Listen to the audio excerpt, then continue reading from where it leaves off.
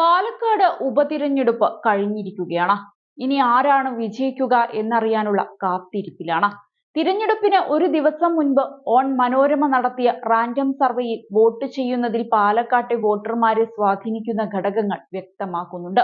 വോട്ടർമാരെ സ്വാധീനിക്കുന്ന പ്രധാന ആശങ്കകൾ നെൽ കർഷകരുടെ ദുരവസ്ഥയും LDF സർക്കാരിന്റെ പ്രകടനവുമാണെന്ന് സർവേ വെളിപ്പെടുത്തുന്നു. നെല്ല് സംഭരണത്തിലെ കാലതാമസം, തൃപ്തികരമല്ലാത്ത സംഭരണ വില തുടങ്ങിയ നെൽ കർഷകരെ അലട്ടുന്ന പ്രശ്നങ്ങളാണ് ആർക്ക് വോട്ട് ചെയ്യണം എന്ന് തീരുമാനിക്കുന്നതെന്ന് സർവേയിൽ പങ്കെടുത്തവരിൽ 32.5% പേരും പറയുന്നു. പിണറായി വിജയന്റെ കീഴിലുള്ള ഭരണത്തെക്കുറിച്ചുള്ള ആശങ്കകളും ആർക്ക് വോട്ട് ചെയ്യണമെന്ന് തീരുമാനിക്കുന്നതിലെ പ്രധാന ഘടകമാണെന്ന് 27.5% വോട്ടർമാർ വ്യക്തമാക്കുന്നുണ്ട്. നെല്ലിന്റെ വിലക്കുറവിലുള്ള ഉത്തരവാദിത്തത്തെക്കുറിച്ചുള്ള വോട്ടർമാരുടെ ധാരണയിലേക്കും സർവേ വെളിച്ചം വീശുന്നു. ഇത് ശക്തമായ ഭരണവിരുദ്ധ വികാരം വെളിപ്പെടുത്തുന്നുണ്ട്. സർവേയിൽ പങ്കെടുത്തവരിൽ പകുതിയോളം പേർ 47.5% പേർ LDF നേതൃത്വത്തിലുള്ള സംസ്ഥാന സർക്കാരാണ് ഇതിന് കാരണമെന്നാണ് പറയുന്നത്. 20% പേർ മാത്രമാണ് കേന്ദ്ര സർക്കാരിനെ കുറ്റപ്പെടുത്തിയത്. ഭരണവിരുദ്ധ വികാരത്തിന്റെ വ്യക്തമായ സൂചനയുള്ളതുകൊണ്ട് UDFും BJPയും തമ്മിലായിരിക്കും പ്രധാന മത്സരമെന്ന സൂചനയും സർവേ മുന്നോട്ട് വയ്ക്കുന്നുണ്ട്. അതേസമയം 32.5% പേർ വ്യക്തിപരമായ രാഷ്ട്രീയ മുൻഗണനകൾ ആർക്ക് വോട്ട് ചെയ്യണമെന്നതിന് സ്വാധീനിക്കുമെന്നാണ് പറയുന്നത്. വിവിധ വിവാദങ്ങൾക്കിടയിലും ആരോപിക്കപ്പെടുന്ന രഹസ്യ ഇടപാടുകളെക്കുറിച്ചും രാഷ്ട്രീയ ബന്ധങ്ങളെക്കുറിച്ചും വോട്ടർമാരുടെ ആശങ്കകൾ വ്യത്യസ്തമായിരുന്നു. പ്രധാനപ്പെട്ട 62.5% വോട്ടർമാരും BJPക്ക് ഏതെങ്കിലും പ്രധാന രാഷ്ട്രീയ മുന്നണിയുമായി രഹസ്യ കരാറുകളുണ്ടെന്ന ധാരണ തള്ളിക്കളഞ്ഞു.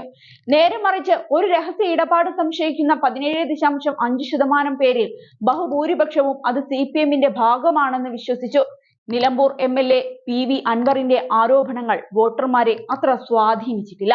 3% മാത്രമാണ് അൻവറിന്റെ രാഷ്ട്രീയത്തിലെ ക്രിമിനൽ വൽക്കരണം എന്ന ആരോപണം ഗൗരവമായി എടുത്തത്. പാലക്കാട് മുനിസിപ്പാലിറ്റിയിൽ നിന്ന് 20 പേരും മാത്തൂർ, പിരിയാരി, കണ്ണാടി എന്നീ 3 പഞ്ചായത്ത് ഏരിയകളിൽ നിന്നുമുള്ള 20 പേരും ഉൾപ്പെടെ 40 പേരുമായി സംസാരിച്ചായിരുന്നു സർവേ. നരേന്ദ്രമോദി സർക്കാരിൽ അചഞ്ചലമായ വിശ്വാസമുള്ള വോട്ടർമാരുൾപ്പെടെ കൊടകര ഹവാല ഇടപാടിൽ BJP സംസ്ഥാന അധ്യക്ഷൻ K സുരേന്ദ്രന് പങ്കുണ്ടെന്ന് ഭൂരിപക്ഷവും വിശ്വസിച്ചു. വയനാട്ടിലെ ഉരുൾപൊട്ടൽ പുനരധിവാസ പ്രവർത്തനങ്ങളുടെ കാര്യം വന്നപ്പോൾ സർവേയിൽ പങ്കെടുത്തവരിൽ 74% പേർക്കും കേന്ദ്ര സർക്കാരിന്റെ സാമ്പത്തിക സഹായം ലഭിക്കാത്തത് സംസ്ഥാന സർക്കാരിന്റെ അനാസ്ഥയാണ് കാരണമെന്ന് അഭിപ്രായപ്പെട്ടിരുന്നു. 26% മാത്രമാണ് കേന്ദ്രം വേണ്ടത്ര സഹായകരമല്ലെന്ന് പറഞ്ഞത്. LDF സ്ഥാനാർത്ഥിക്ക് വോട്ട് ചെയ്യുമെന്ന് അന്ധമായി പറഞ്ഞ 2 വോട്ടർമാരുൾപ്പെടെ 67.5% പേരും കോൺഗ്രസ് സ്ഥാനാർത്ഥി രാഹുൽ മാങ്കൂട്ടത്തിൽ ട്രോളി ബാഗിൽ പണം കടത്തിയെന്ന് CPM ആരോപണം തള്ളിക്കളഞ്ഞു. അതേസമയം വീറും വാശിയുമേറിയ പ്രചരണത്തിന് സാക്ഷ്യം വഹിച്ച പാലക്കാട് നിയമസഭാ മണ്ഡലത്തിലെ പോളിംഗ് മന്ദഗതിയിലായിരുന്നു. ഉച്ചയ്ക്ക് 1 മണിവരെ 38.47% പേർ മാത്രമാണ് തങ്ങളുടെ സമ്മതിദായാവകാശം വിനിയോഗിച്ചിട്ടുള്ളത്.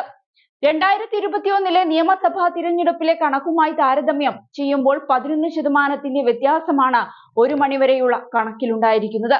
കഴിഞ്ഞ തവണ ഈ സമയമായപ്പോഴേക്കും 49.65% പോളിംഗ് നില. അതിശക്തമായ പ്രചരണം നടത്തിയിട്ടും പോളിംഗ് കുറയുകയാണെങ്കിൽ അത് 3 മുന്നണികളുടെയും കണക്കുകൂട്ടലുകളെ ബാധിക്കും. പോളിംഗ് ആരംഭിച്ച് ആദ്യ 2.5 മണിക്കൂറിൽ വലിയ തിരക്കായിരുന്നു ബൂത്തുകളിൽ അനുഭവപ്പെട്ടു തുടങ്ങിയത്. എന്നാൽ പിന്നീടുള്ള മണിക്കൂറുകളിൽ മണ്ഡലത്തിൽ, പ്രത്യേകിച്ച് നഗരസഭാ പരിധിയിൽ പോളിംഗ് മന്ദഗതിയിലായി. ഉച്ചയോടടുപ്പിച്ച് പല ബൂത്തുകളിലും വോട്ട് ചെയ്യാൻ ആരും ഇല്ലാത്ത അവസ്ഥ വരെ ഉണ്ടായി. പലയിടങ്ങളിലെയും മെഷീൻ തകരാറും പോളിംഗ് ശതമാനം കുറയാൻ കാരണമായിട്ടുണ്ടെന്നാണ് റിപ്പോർട്ട്. മെഷീൻ തകരാറിലായതോടെ LDF സ്ഥാനാർത്ഥി P സരിനും ഭാര്യയും ഉൾപ്പെടെയുള്ളവർക്ക് രാവിലെ വോട്ട് ചെയ്യാതെ മടങ്ങേണ്ടി വന്നു. പാലക്കാട് മണ്ഡലവുമായി അതിർത്തി പങ്കിടുന്ന കോങ്ങാട്, മലമ്പുഴ, തരൂർ, ചിറ്റൂർ, ആലത്തൂർ എന്നീ മണ്ഡലങ്ങളിലെ വോട്ടർമാരുടെ പേരുകൾ പാലക്കാട് മണ്ഡലത്തിലെ അതിർത്തി മേഖലയിലുള്ള 23 പോളിംഗ് സ്റ്റേഷനുകളിൽ കടന്നുകൂടിയിട്ടുണ്ടോ എന്ന് പ്രത്യേകമായി പരിശോധിക്കുന്നതിനായി കളക്ട്രേറ്റിലെ 25ഓളം ഉദ്യോഗസ്ഥരെ നിയോഗിച്ച് പരിശോധനയും നടത്തിയിരുന്നു.